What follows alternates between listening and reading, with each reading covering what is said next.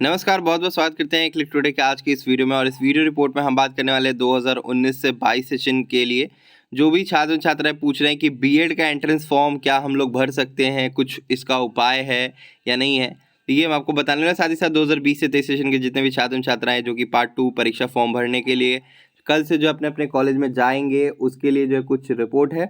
और जो x student है यानी कि जो 2019 से 22 सेशन में प्रमोटेड हो गए थे पार्ट 2 में, उनके लिए भी जो है कुछ चीज़ें हम बताने वाले। तो देखिए, आप लोग फ़ी के बारे में पूछ रहे हैं ज़्यादातर तो स्टूडेंट कि एक्स स्टूडेंट को कितना पैसा लगेगा। तो आपको मैक्स टू मैक्स 1200 से लेकर के 1400 रुपये 1500 रुपये तक चार्ज किए जा सकते हैं।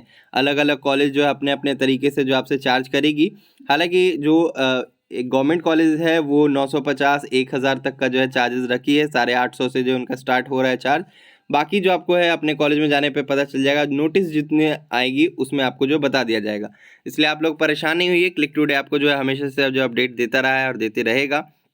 और मैं आपको बताना चाहता हूँ कि जो भी छात्र-छात्राएँ 2019 से 22 सेशन में हैं, उनसे कुछ मैं सवाल पूछूँगा, उस सवाल का आप लोगों को जवाब देना पड़ेगा। हालाँकि मुझे बातें पता है, लेकिन मैं फिर भी आप लोगों से जानना चाहता हूँ। यहाँ पे सबसे पहले तो आज की रिपोर्ट के ऊपर हम बात कर लेते हैं। सबसे पहले वीडियो को लाइक कर दीजिएगा, हिट करिएगा 300 लाइक, मैं एम करता हूँ 300 लाइक का। यहाँ पे देखिए कि लिखा हुआ है कि बीएड एंट्रेंस के आवेदन को जो है खुला पोर्टल यानी कि बीएड एंट्रेंस फॉर्म भरने के लिए जो पोर्टल खोल दिया गया है, जिसमें कि 4879 ने जो रजिस्ट्रेशन कराया है। और मैं आपको बता देता हूँ, सिर्फ रजिस्ट्रेशन में ही पैसा नहीं लगता है, रजिस्ट्रेशन के बाद भी पैसा लगता है। सबसे पहले तो रजिस्ट्रेशन करते हैं छात्र-छात्राएँ। रजिस्ट्रेशन करने में जो 1000 रुपये लग रहा है जनरल वालों को, फिर 750 लग रहा है गर्ल्स को एंड ओबीसी क्लास 2 को, और उसके बाद एससी एसटी वालों को जो है लग रहा है 500 रुपये। तो ये तो हो गया डेटा। सीईटी बीएड एवं जो है शिक्षा शास्त्री की जो है संयुक्त प्रवेश परीक्षा के लिए जो है पोर्टल खोलने के साथ ही जो है सोमवार से आवेदन जो शुरू हो गया है। और आवेदन के बारे में बताया गया कि जिनका 50% से अधिक अंक है या फिर 50% है, तो वो अपना बीएड का एंट्रेंस फॉर्म भर सकते हैं। और इसमें जो है आपका ग्रेजुएशन का मार्क्स जा रहा है, तो बिना ग्रेजुएशन के मार्क्स के आप जो फॉर्म ही नहीं भर सकते हैं। बहुत सारे छात्र बोले कि आप क्यों नहीं बता रहे हो कि हम लोग बीएड का फॉर्म भर सकते हैं कि नहीं। तो जी नहीं, आप लोग फॉर्म नहीं भर सकते हो, आप लोग वंचित रह जाओगे। क्योंकि अभी अपनी यूनिवर्सिटी में ना ही तो परीक्षा नियंत्रक अभी तक बहाल हुए हैं। जो पहले परीक्षा नियंत्रक थे वो भी एक नोटिस जो कि पार्ट 2 के लिए जारी करके निकल गए और जा चुके हैं वीर कुंवर सिंह यूनिवर्सिटी में। अब वो वहाँ का जो अपना पदभार रजिस्ट्रार का संभाल रहे हैं। और ये बिहार यूनिवर्सिटी मुजफ्फरपुर जो है अब भगवान भरोसे जो है चल रही है। और जो भी रिजल्ट वगैरह का पेंडिंग वगैरह का समस्या का है, वो सुधार भी नहीं हो पा रहा है। एप्लीकेशंस वैसे ही के वैसे पड़े हुए हैं। तो यूनिवर्सिटी आने के बाद भी जो कोई कार्य नहीं हो पा रहा है। तो जो एंट्रेंस फॉर्म भरना है उसमें आपका ग्रेजुएशन का फाइनल ईयर का मार्क्स ज़रूरी है, क्योंकि वहाँ पे आपको फाइनल ईयर का मार्क्स चढ़ाना पड़ता है। और मैं आपको यहाँ पे दिखा दूँ कि 25,000 जो है बीएड से जो हो सकते हैं वंचित। यहाँ पे लिखा गया है कि पिछले ही महीने जो सप्ताह पिछले महीने समाप्त हुई है स्नातक सत्र 2019 से 22 की तृतीय वर्ष की परीक्षा। और ये छात्र एवं छात्राएँ इस बार अपना फॉर्म नहीं भर पाएंगे। अपीयरिंग के तौर पे कोई ऑप्शन नहीं दिया गया, हालांकि कभी से भी नहीं दिया गया है अपीयरिंग के तौर पे फॉर्म भरने का ऑप्शन। तो आप लोग को भी ऑप्शन नहीं मिलेगा। परीक्षा नियंत्रक के नहीं रहने से जो है लौट रहे हैं छात्र। ये मैंने आपको बताया कि जो यूनिवर्सिटी छात्र जा रहे हैं वो अपना कार्य नहीं करवा पा रहे हैं, क्योंकि परीक्षा नियंत्रक है नहीं अभी। हाँ, जो सवाल मुझे पूछना था वो मैं पूछता हुआ चलता हूँ। आपको ये पता होगा कि जो परीक्षा नियंत्रक वगैरह जो बहाल होते हैं, राजभवन की तरफ से जो नोटिस आती है उसके बाद ही जो है कोई नया परीक्षा नियंत्रक बहाल होता है। आपको पता है कि हाल ही में जो है राज्यपाल बदले हैं, तो राज्यपाल के बदलने से यूनिवर्सिटीज़ पे क्या इफ़ेक्ट पड़ता है या नहीं पड़ता है, ये नीचे कमेंट करके आप लोग बताइएगा, क्योंकि आप लोग को ये सारी चीज़ें पता होनी चाहिए। और ये गेम बहुत बड़ा है भैया, आपको भी पता होगा, ठीक है। और जो डॉक्टर हनुमान प्रसाद पांडे जो है उनका भी कार्यकाल जो है वो ख़त्म होने वाला है।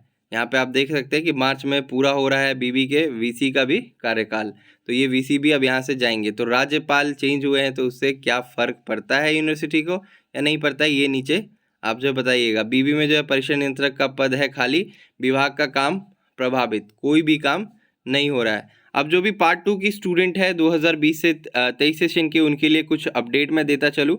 ये एलएनडी कॉलेज का नोटिस है, जिसमें कि बताया है कि नामांकन फॉर्म यानी कि admission form, exam form online भरा जाएगा।